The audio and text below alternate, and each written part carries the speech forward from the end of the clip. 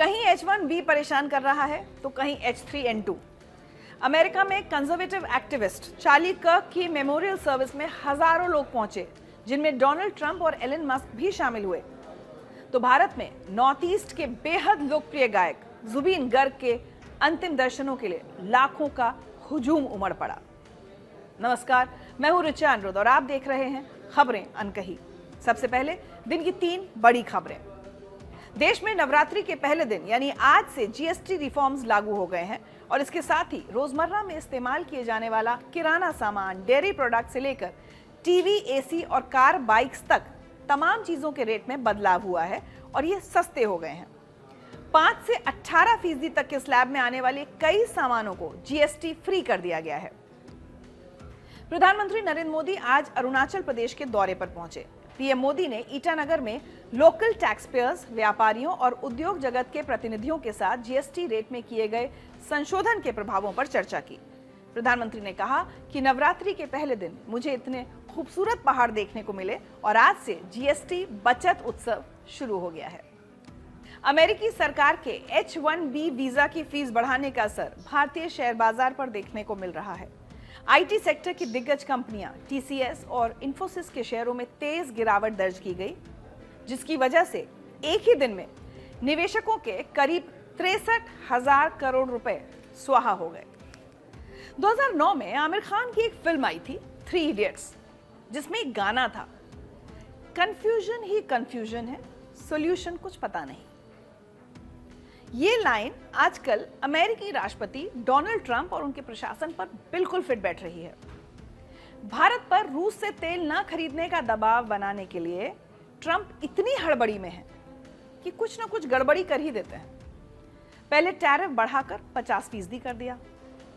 जब इतना करने पर भी भारत नहीं झुका तो फिर से दोस्ती का हाथ बढ़ाने की कोशिश की, सोशल मीडिया पर पोस्ट भी की, प्रधानमंत्री मोदी को उनके जन्मदिन पर फोन भी किया। लेकिन प्रधानमंत्री ने साफ कर दिया, दोस्ती अपनी जगह, राष्ट्र हित से समझौता नहीं। तो अब अमेरिकी राष्ट्रपति नया हथियार लेकर निकले हैं, H1B वीजा। मजे की बात तो यह है कि उसको लेकर भी बार बार कंफ्यूजन ही पैदा कर रहे हैं। अमेरिका ने H1B वीजा को लेकर बड़ा बदलाव किया है। इस बदलाव के तहत अब इस वीजा के लिए $1 लाख यानी 88 लाख रुपए की फीस देनी होगी। पहले कहा गया कि हर साल 88 लाख रुपए देने होंगे। फिर कुछ ही घंटों के बाद सफाई आ गई, बोले सालाना नहीं, सिर्फ एक बार 88 लाख रुपए देने होंगे। अरे भाई, इतनी हड़बड़ी किस बात की है? थोड़ा सोच लेते, समझ लेते, अपने मंत्रियों और सलाहकारों से ठीक से बात कर ली होती और फिर घोषणा करते। लेकिन ट्रंप तो ट्रंप है। खैर, ये तो रही अमेरिका की कंफ्यूजन की बात।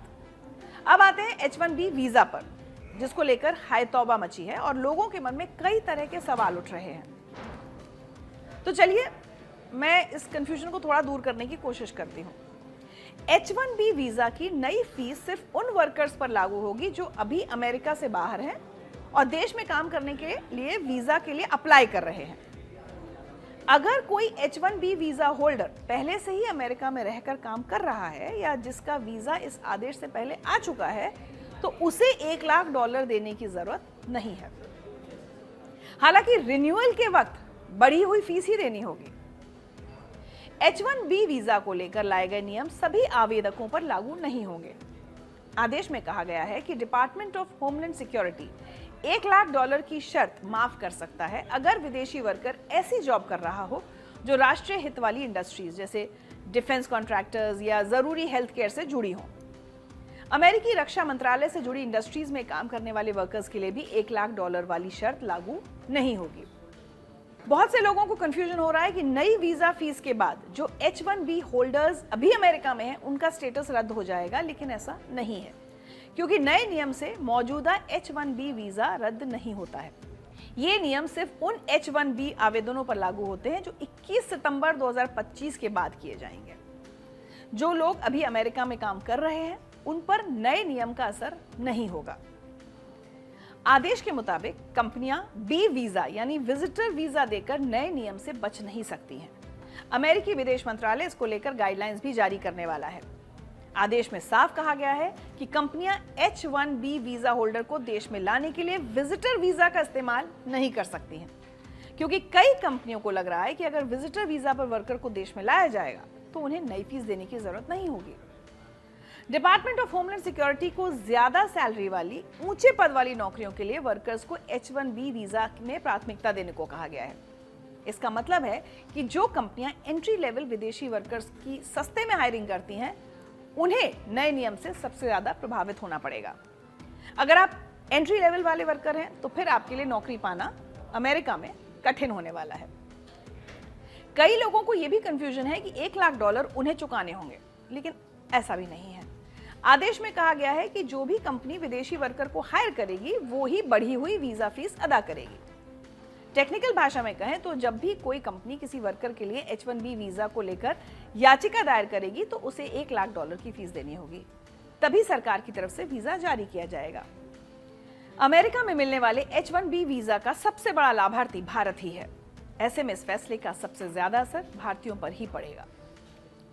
ये घोषणा होने के बाद बहुत सारे लोगों को ये लगा कि अगर H-1B वीजा होल्डर वर्कर 21 सितंबर के बाद देश से बाहर जाता है तो फिर उसे तब तक एंट्री नहीं मिलेगी जब तक वो $1 लाख की फीस नहीं भर देता। और इस कंफ्यूजन की वजह से बहुत सी कंपनियों ने अपने वर्कर्स को छुट्टियां मनाने के लिए देश से बाहर जाने से ही रोक दिया। यहां तक कि घोषणा होते ही एमिरेट्स की एक फ्लाइट में अफरा तफरी मच गई। कई भारतीय यात्री फ्लाइट से उतर गए, जिसकी वजह से फ्लाइट 3 घंटे रुकी रही। अचानक लिए गए इस फैसले से कई भारतीय प्रोफेशनल्स की जिंदगी उथल पुथल हो गई है। कई भारतीय लंबे वक्त के बाद अपने घर आए थे, लेकिन ट्रंप के नए फैसले ने उन्हें बुरी तरह फंसा दिया।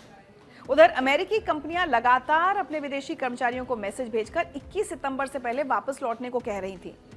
हालांकि शनिवार को इसकी भी सफाई आ गई कि जो भारतीय घर गए हुए हैं उन्हें वापस आने की जल्दी करने की कोई जरूरत नहीं है। हालांकि इस घोषणा से पहले अपने निजी काम से भारत आए जो प्रोफेशनल्स वापस अमेरिका जाने की कोशिश कर रहे थे, उन्हें ना तो फ्लाइट की टिकट मिल पा रही थी और ना ही कोई दूसरा रास्ता सूझ रहा था। इस कोड़ में खाज का काम एयरलाइंस ने भी किया। ट्रंप के फैसले के बाद एयरलाइंस ने अमेरिका जाने वाली फ्लाइट के दाम कई गुना बढ़ा दिए।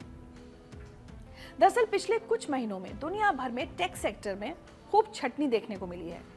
गूगल हो या फिर माइक्रोसॉफ्ट या अमेजॉन, हर छोटी बड़ी कंपनी ने अपने यहां से कर्मचारियों को बाहर का रास्ता दिखाया है।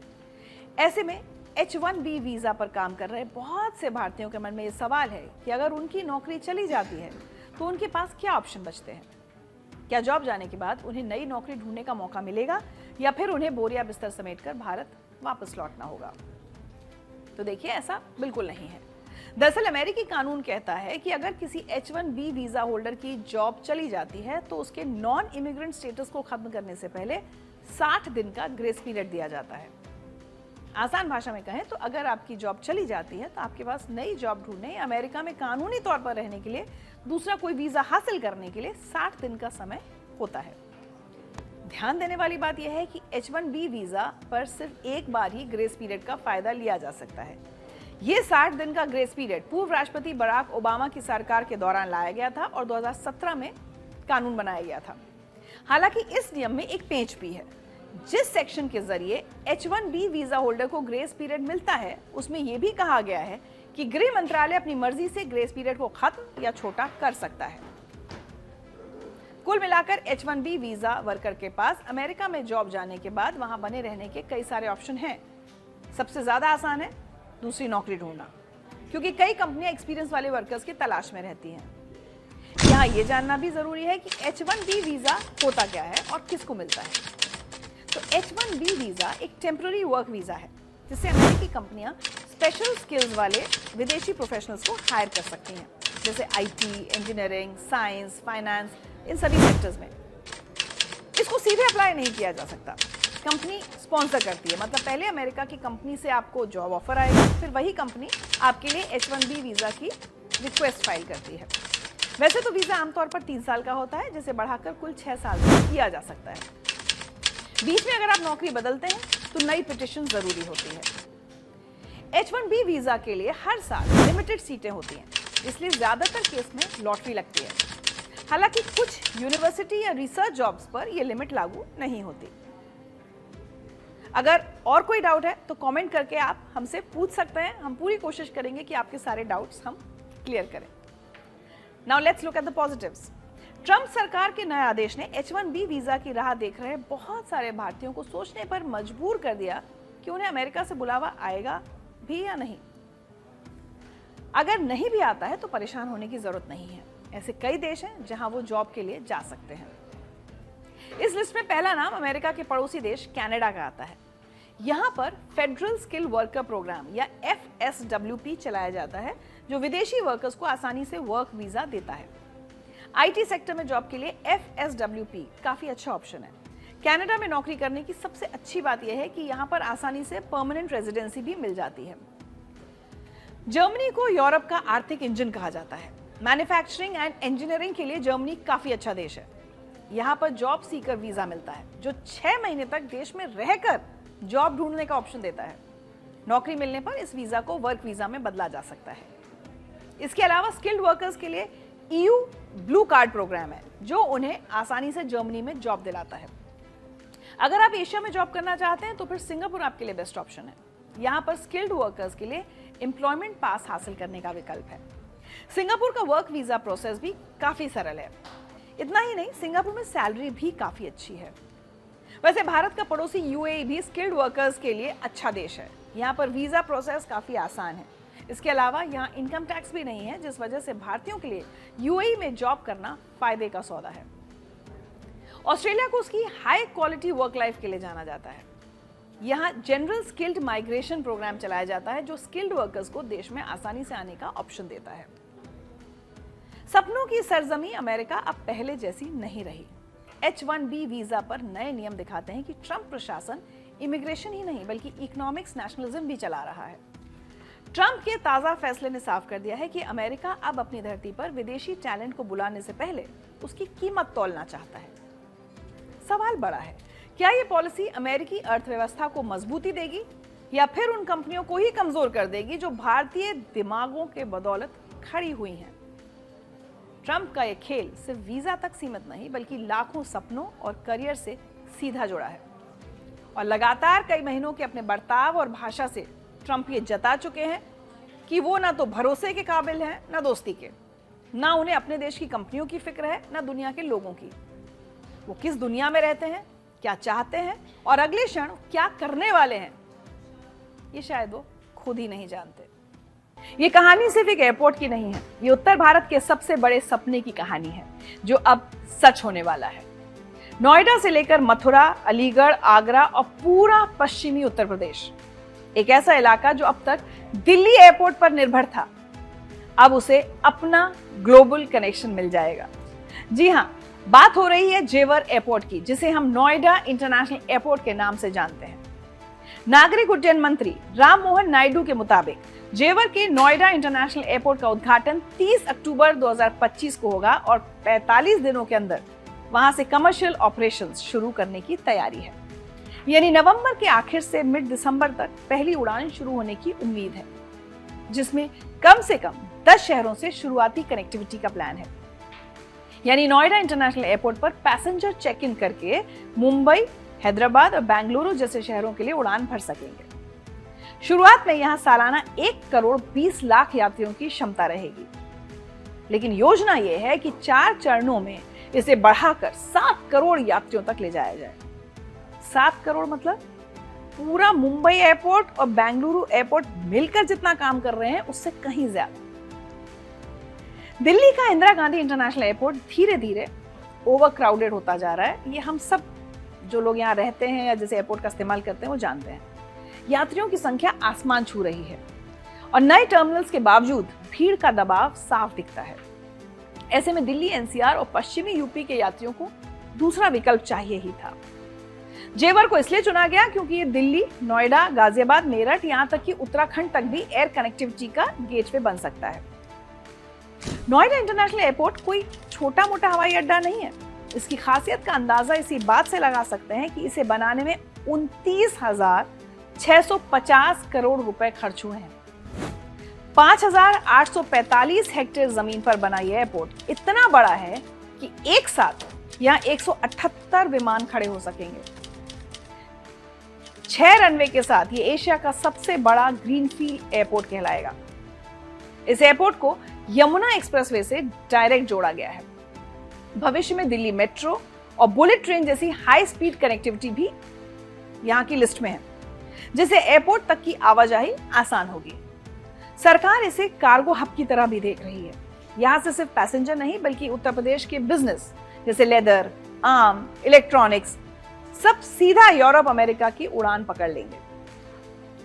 जेवर एयरपोर्ट शुरू होने से दिल्ली एनसीआर का दबाव कम होगा। इंदिरा गांधी इंटरनेशनल एयरपोर्ट पर जो भीड़ है उसका एक बड़ा हिस्सा यहाँ शिफ्ट होगा। यूपी के लोगों का कनेक्शन दुनिया से आसान होगा। आगरा का ताजमहल हो या वृंदावन मथुरा का धार्मिक टूरिज्म, सबको लाभ मिलेगा। रोजगार के मोर्चे पर भी ये एयरपोर्ट गेम चेंजर साबित होने वाला है। अकेले इसके बनने से ही 1 लाख से ज्यादा रोजगार के मौके बनेंगे। किसान और स्थानीय लोगों के लिए विकास की नई राह खुलेगी। Logistics hub, industrial park, hotels और बिजनेस सेंटर्स भी बढ़ेंगे। इस प्रोजेक्ट ने कई डेडलाइंस बदली। पहले सितंबर 2024, फिर मिड 2025, लेकिन अब एक अच्छी खबर आ गई है कि दिवाली के बाद 30 अक्टूबर को इस एयरपोर्ट का उद्घाटन हो जाएगा। देरी की मुख्य वजह रही कोविड का दौर, जब सभी तरह के निर्माण पर रोक लगी थी। इसके अलावा भी अलग अलग तरह की रुकावटें आई, लेकिन अब एयरपोर्ट के पहले चरण का 90% काम पूरा हो चुका है। रनवे, एटीसी टावर और सिविल वर्क तकरीबन पूरा हो चुका है। टर्मिनल बिल्डिंग में 7 सज्जा का काम अभी अधूरा है, जो तेजी के साथ चल रहा है। माना जा रहा है कि इसे अक्टूबर की शुरुआत तक पूरा कर लिया जाएगा। इंटीरियर्स, बैगेज सिस्टम, एरोब्रिज और ई गेट जैसे महत्वपूर्ण बुनियादी ढांचे लग चुके हैं और अब सिक्योरिटी क्लियरेंस के बाद बचे हैं डीजीसीए लाइसेंस और एयरलाइंस रूट का ऐलान। लेकिन यह सफर इतना आसान नहीं रहा। इसके लिए आपको कुछ साल पीछे लेकर चलती हूँ। नोएडा का एयरपोर्ट 25 साल पहले 2001 में चर्चा में आया। उस वक्त उत्तर प्रदेश के मुख्यमंत्री राजनाथ सिंह थे। जेवर में एयरपोर्ट बनाने का प्रस्ताव रखा गया, लेकिन फिर यूपी से बीजेपी की सरकार चली गई और ये प्रस्ताव भी ठंडे बस्ते में चला गया। उसके बाद मुलायम सिंह, मायावती और अखिलेश यादव मुख्यमंत्री बने, पर इस तरफ किसी ने ज्यादा ध्यान नहीं दिया। 2017 में जब दोबारा उत्तर प्रदेश में बीजेपी की सरकार आई और योगी आदित्यनाथ मुख्यमंत्री बने, तब फिर से जेवर एयरपोर्ट के प्रस्ताव पर विचार शुरू हुआ। 2018 में उत्तर प्रदेश की योगी आदित्यनाथ सरकार ने घोषणा की, दिल्ली एनसीआर को दूसरा बड़ा इंटरनेशनल एयरपोर्ट मिलेगा। जगह चुनी गई जेवर, जिला गौतम बुद्ध नगर। सेक्टर तय हुए, किसानों से जमीन ली गई। धीरे धीरे प्रोजेक्ट के लिए खिड़कियां खुली। Tender Swiss company Zurich airport developers को मिला।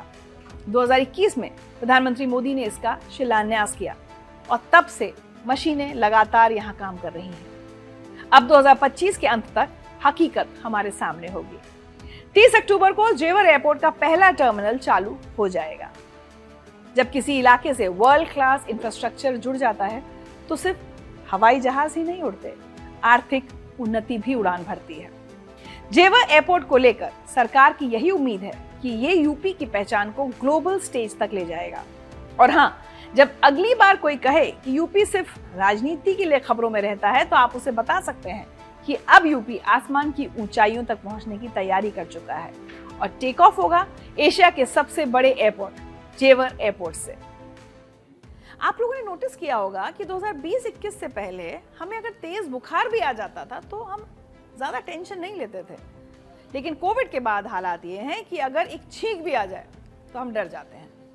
और इसकी वजह भी है, हर दिन एक नया खतरा जो पैदा हो रहा है। दिल्ली एनसीआर में इस नए खतरे का नाम है H3N2। ये वायरस इन्फ्लुएंजा ए परिवार का हिस्सा है, यानी फ्लू का ही एक और रूप, लेकिन आम जुकाम से कहीं ज्यादा तेजी से फैलता है। पिछले कुछ दिनों में अस्पतालों और क्लिनिक्स में ऐसे मरीजों की संख्या बढ़ गई है जिन्हें तेज बुखार, लगातार खांसी, गले में खराश और यहाँ तक कि सांस लेने में दिक्कत हो रही है। H3N2 वायरस कैसे फैल रहा है, इसके लक्षण क्या हैं, कौन लोग इससे ज्यादा प्रभावित हो रहे हैं और इसके बचाव क्या हैं, इसी को समझाने के लिए हमारे साथ मौजूद हैं फेलिक्स हॉस्पिटल के चेयरमैन डॉक्टर डी के गुप्ता। डॉक्टर साहब, बहुत बहुत स्वागत है। डॉक्टर साहब, सबसे पहले वहीं से बात शुरू करूं, अस्पतालों में लोगों की भीड़, ये लगातार खबरें आ रही हैं कई दिनों से कि दिल्ली एनसीआर में बढ़ रहे हैं केसेस, क्या स्थिति है आपके अस्पताल में या जो आप सुन रहे होंगे आसपास? तो दिल्ली एनसीआर में बिल्कुल सही बात है, इस समय H3N2 के केसेस बढ़ गए हैं। मतलब जो फ्लू वाले केसेस हैं बढ़ रहे हैं, लोग आ रहे हैं हाई ग्रेड बुखार के साथ आ रहे हैं, बहुत सीवियर हेडेक हो रहा है, या रनिंग नोज है, कंजेशन है, गले में दर्द है, चेस्ट में टाइटनेस है, कुछ लोगों को जो कॉम्प्लिकेशन हो रहा है उनको ब्रीदिंग डिफिकल्टी और निमोनिया भी हो रहा है। तो कहीं ना कहीं नंबर ऑफ पेशेंट बढ़ गए हैं, तो इसको हम लोग घबराने की बात नहीं, इसको हम आउटब्रेक बोलेंगे, और जो कंट्रोलेबल है अगर हम लोग मैनेज करेंगे तो इसको कंट्रोल कर सकते हैं, इसको प्रिवेंट कर सकते हैं। अगर अर्ली स्टेज पे डायग्नोसिस हो जाए तो उसका ट्रीटमेंट भी आसान है और लोग पूरा फुली रिकवर भी करते हैं। अच्छा, इसकी वजह क्या है इस समय इस आउटब्रेक तो की? होता क्या है कि हर साल जो एक इन्फ्लुएंजा फैमिली है उसमें कई सारे स्ट्रेन्स होते हैं, इनको बोलते हैं ILI, इन्फ्लुएंजा लाइक इलनेस। तो इस तरह की बीमारियों का ग्रुप है जो हर साल होता रहता है। और ये वायरस जो है ना थोड़ा बहरूपिया वायरस है। बहरूपिया समझते हैं, जैसे म्यूटेशंस होती रहती हैं, तो इसमें जेनेटिक शिफ्ट होता है, जेनेटिक ड्रिफ्ट होता है। तो छोटी मोटी म्यूटेशन है उसको हम बोलते हैं जेनेटिक शिफ्ट, तो उसमें बहुत ज़्यादा चेंजेस नहीं आते वायरस में। बट अगर वायरस का DNA थोड़ा बड़ा चेंज हो जाए तो उसको बोलते हैं जेनेटिक शिफ्ट। तो ऐसे स्ट्रेन्स आते रहते हैं और छोटे छोटे आउटब्रेक्स हर साल करते रहते हैं। तो इसीलिए WHO ने इसके स्ट्रेन्स को हर बार मॉनिटर करता है, और जो स्ट्रेन जहाँ भी प्रिवेलेंट होता है उसके अगेंस्ट वैक्सीन भी बन जाती है, सो दैट वहाँ के लोगों को बचाया जा सके। तो ये इस तरह का वायरस है जो कॉमनली मिलता है, और इसके अंदर बहरूपिया वायरस इसलिए बोलते हैं, इसको म्यूटेशन बहुत कॉमन है। तो H3N2 इसकी पहचान मतलब कितना पुराना है, स्ट्रेन है, या ये इस साल नया है, या इसके लक्षण बदल रहे हैं, थोड़ा वो बताइए उसमें। नहीं, बिल्कुल सही कह रहे हो। तो ये ऐसा नहीं कि बिल्कुल नया है, कोई म्यूटेट होकर वायरस आया हो, खतरनाक वायरस हो, बट ये डेफिनेटली एक सीरियस वायरस है। और H3N2 जो है ये टाइप A इन्फ्लुएंजा फैमिली का वायरस है, जिसको वो इन्फ्लुएंजा लाइक इलनेस बोलते हैं। बट जो नॉर्मल वायरस से डिफरेंट है। नॉर्मल वायरस में क्या होता है, कॉमन कोल्ड होगा, हल्का रनिंग नोज होगी, कफिंग होगी, हल्का सा फीवर आएगा, हल्का सा हेडेक होगा और थोड़ी वीकनेस होगी, और 5-7 दिन में आप ठीक हो जाते हो नॉर्मली। बट अगर H3N2 से कोई लोग सफ़र कर रहे हैं, और अगर कोई ऐसे लोग भी हैं जो थोड़े से इनकी पर्सनालिटी इम्यूनिटी कम है, थोड़ा डाउन है, या छोटे बच्चे हैं, बुजुर्ग हैं, कोमॉर्बिडिटीज हैं इनको, तो उनके अंदर कॉम्प्लिकेशन भी कर सकता है। तो इसके जो सिम्टम्स हैं वो थोड़ा डिफरेंट हैं। उसको कैसे पहचानेंगे हम लोग? अगर मान लीजिए मुझे, हम दोनों को, एक को इन्फ्लुएंजा वायरस है और एक को नॉर्मल फ्लू वायरस हुआ है, अगर H3N2 से डिफरेंशिएट करेंगे, तो अगर किसी व्यक्ति को बहुत हाई ग्रेड फीवर आ रहा है, मतलब 100, 200, 300, 4 आ रहा है, सीवियर हेडेक हो रहा है, बहुत तेज सर में दर्द हो रहा है, बॉडी एक बहुत तेज हो रहा है, मतलब मसल मांसपेशियों में बहुत तेज दर्द हो रहा है, जकड़न हो रही है, बैक एक हो रहा है, या साथ में रनिंग नो जो कंजेशन है, चेस्ट में टाइटनेस है, कफिंग बहुत ज़्यादा है, वीकनेस बहुत है, तो ये डेफिनेटली H3N2 के सिम्टम्स हो सकते हैं। और जब तक until and unless proved otherwise, जब तक प्रूव ना हो जाए नहीं है, तब तक हमें अपने आप को आइसोलेट करके रखना चाहिए और इसका टेस्ट कराना चाहिए। अच्छा, आप टेस्ट पर आ जाते हैं जी। जैसे आपके पास मरीज आया हॉस्पिटल में, ये सारे लक्षण हैं, तो अब आप कैसे बताएंगे या क्या टेस्ट कर रहे हैं कि H3N2 तो जो आप बात करें वो डायग्नोसिस की बात करें, तो पहले तो क्लिनिकल डायग्नोसिस होती है। मतलब क्लिनिकल डायग्नोसिस मतलब उसके सिम्टम जैसे मैंने बताया वो होने चाहिए, लक्षण होने चाहिए। अगर ऐसे लक्षण हो रहे हैं तो वो सस्पिशियस है पेशेंट कि वो H3N2 हो सकता है, कोई भी इन्फ्लुएंजा वायरस हो सकता है। तो ऐसे केसेस में हम पहला तो बोलते हैं उसको कि अपने आप को क्वारंटाइन या आइसोलेट करें, घर पे रहें, मास्क लगाएं, हैंड हाइजीन का फॉलो करें, बिकॉज ये ड्रॉपलेट इन्फेक्शन है, बहुत तेजी से फैलता है। जैसे हम दोनों खड़े हुए हैं, अगर हम बात भी कर रहे हैं, अगर मुझे ऐसा वायरस हो गया, आपको होगा, तो हम एक दूसरे को इन्फेक्ट कर सकते हैं, जैसे कोविड होता था। तो अगर ड्रॉपलेट इन्फेक्शन से बचना है इससे में, तो इसमें क्या करना है, तो फिजिकल डिस्टेंसिंग करनी है, मास्क लगाना है, ठीक है, हैंड हाइजीन को अच्छे से ध्यान रखना है, हाथ धोने, नाक मुंह को नहीं छूना है, खांसते छींकते समय कोहनी का उपयोग करना है। और फिर क्या करना है कि अगर ये सारे सिम्टम्स दिख रहे हैं तो डॉक्टर क्या करेगा, आपको एग्जामिन करेगा, चेस्ट ऑक्सल्टेट करेगा, कुछ चेस्ट में कंजेशन लग रहा है, गला रेड है, थ्रोट खराब हो रखा है आपका, साथ में हाई ग्रेड फीवर आ रहा है, सिम्टम्स सारे आ रहे हैं, तो हम थ्रोट स्वैब से एक RT-PCR टेस्ट करते हैं, जो स्पेसिफिक टेस्ट होता है, कोविड की तरह ही जब हम लोग बिल्कुल RT-PCR टेस्ट होता है, इसका RNA वायरस है, इसको टेस्ट कर लेते हैं, कंफर्म हो जाता है। और एक अच्छी बात है कि अगर अर्ली ट्रीटमेंट स्टार्ट करते हैं, इसके अगेंस्ट कोविड में नुकसान क्या था, कोविड के अगेंस्ट कोई अच्छी दवाई नहीं थी हमारे पास, सब कुछ एक्सपेरिमेंटल था।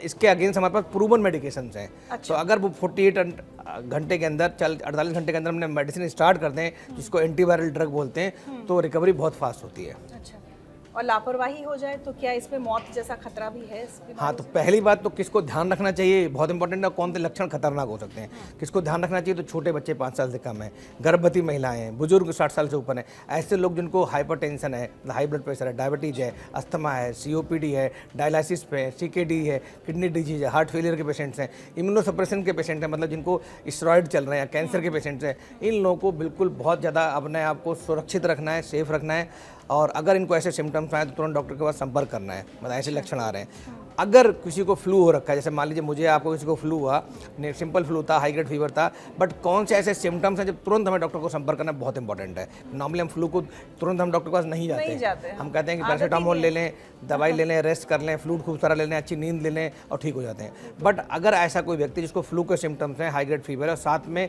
उसको ब्रीदिंग डिफिकल्टी हो रही है, मतलब सांस लेने में तकलीफ हो रही है, या बहुत कमजोरी, बहुत वीकनेस हो रही है, या चेस्ट में डिस्कम्फर्ट हो रहा है, चेस्ट में टाइटनेस हो रही है, या दर्द सा जैसा फील हो रहा है, या उसको अनकॉन्शियस हो रहा है वीकनेस की वजह से, डिजीनेस हो रही है, चक्कर आ रहे हैं, या उसका फ्लूइड इंटेक बहुत कम हो गया है, फटीग बहुत ज़्यादा हो गया, वीकनेस बहुत ज़्यादा हो गई है, या सैचुरेशन उसका 91 से नीचे फॉल कर रहा है, या कोई सीजर्स पड़ रहे हैं बच्चे को, या दौरे पड़ रहे हैं हाई ग्रेड फीवर में, तो ऐसे सिम्टम्स हैं, इनमें तुरंत हमें डॉक्टर के पास संपर्क करना चाहिए। हो सकता है आपको एडमिट करना पड़े, कुछ आपके टेस्ट कराने पड़े, हो सकता है कोई कॉम्प्लिकेशन डेवलप हो रहा हो, न्यूमोनिया डेवलप हो रहा हो, या अस्थमा का एक्यूट अटैक प्रेसिपिटेट हो रहा हो। तो अगर ऐसे कोई सिम्टम्स आ रहे हैं तो आपको तुरंत डॉक्टर के पास जाना चाहिए।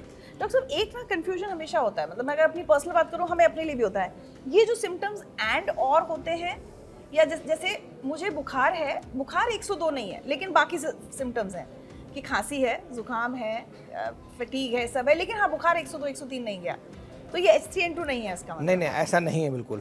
तो हम क्राइटेरियाज बनाते हैं, मेजर क्राइटेरियाज और माइनर क्राइटेरियाज। तो अगर 2-3 मेजर क्राइटेरियाज फुलफिल हो रहे हैं तो डायग्नोसिस उससे कंफर्म हो जाती है। अगर एक मेजर क्राइटेरिया और साथ में 2-3 माइनर क्राइटेरिया हैं, तो जैसे मान लीजिए किसी को हाई ग्रेड बुखार है और साथ में गले में, थ्रोट में कंजेशन है, माइनर क्राइटेरिया हो गया, रनिंग में माइनर क्राइटेरिया हो गया, बट साथ में उसको लग रहा है चेस्ट में टाइटनेस लग रही है या ब्रीदिंग डिफिकल्टी लग रही है, तो मेजर क्राइटेरिया है और कॉम्प्लिकेशन की इशारा कर रहे हैं, तो तुरंत आपको जाकर डॉक्टर को दिखाना चाहिए।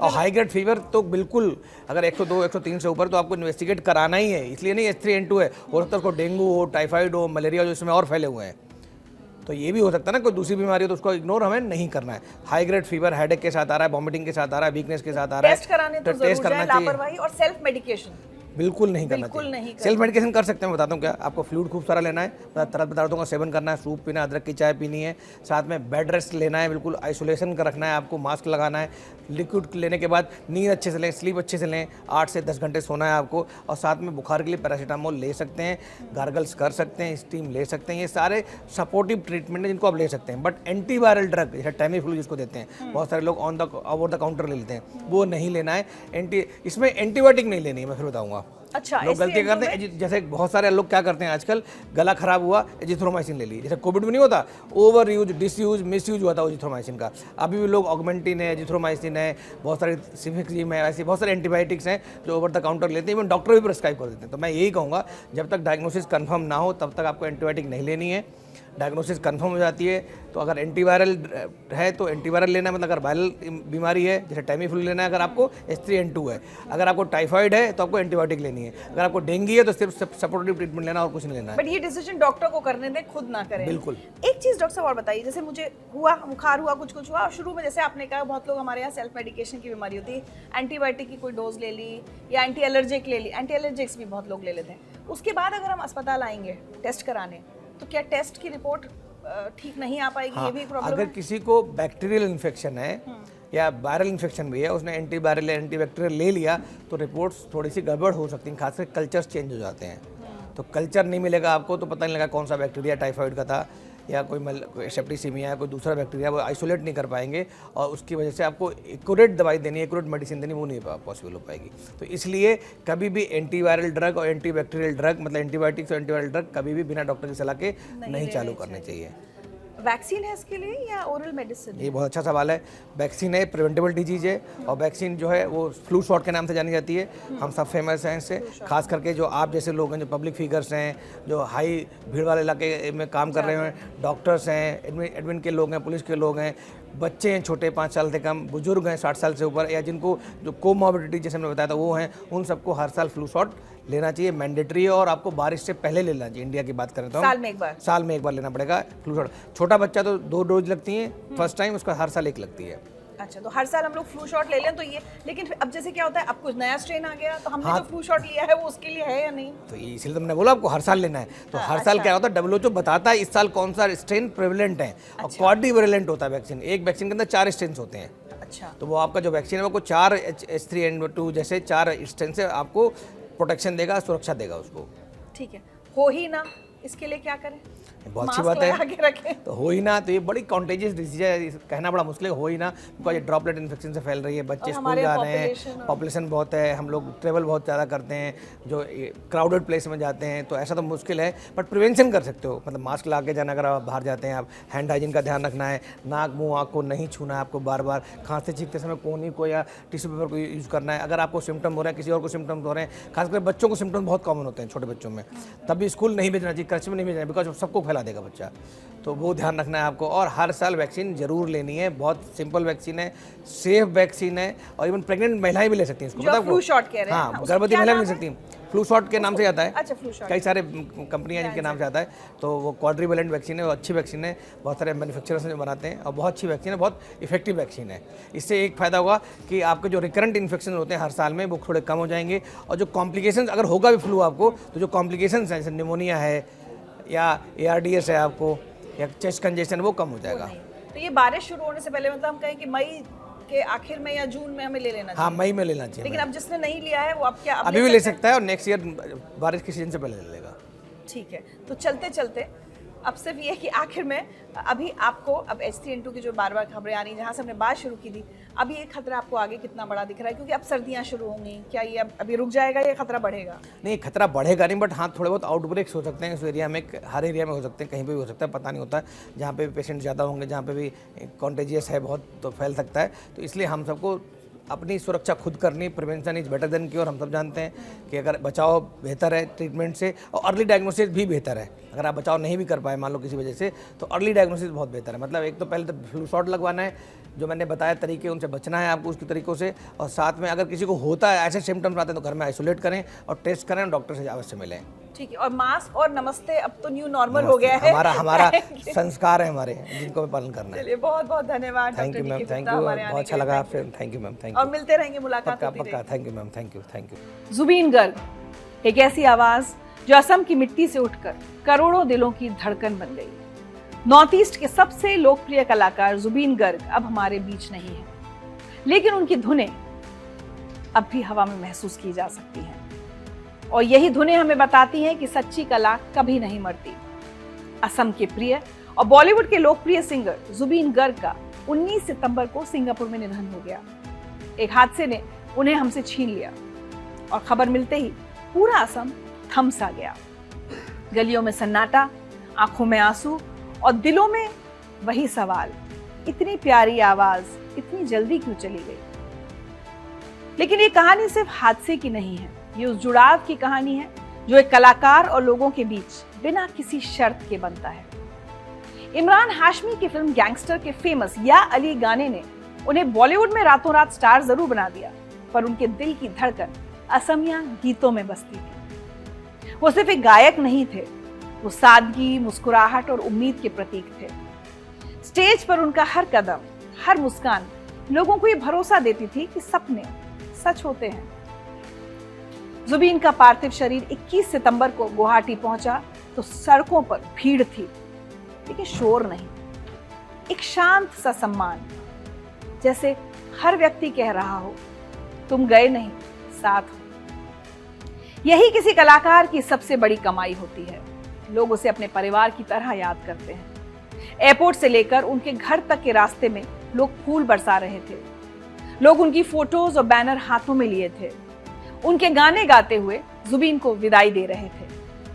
जुबीन गर्ग के यूं अचानक दुनिया छोड़ जाने से पूरी म्यूजिक इंडस्ट्री सदमे में है।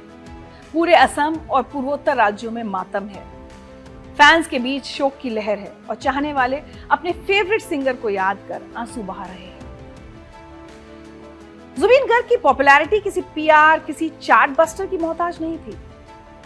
उनकी पहचान वो मोहल्ले वाला अपनापन था, स्टेज पर रॉक स्टार, स्टेज से नीचे पड़ोस का लड़का जो कह देता गाओ ना, और लोग बिना हिचक उसके पीछे सुर पकड़ लेते थे।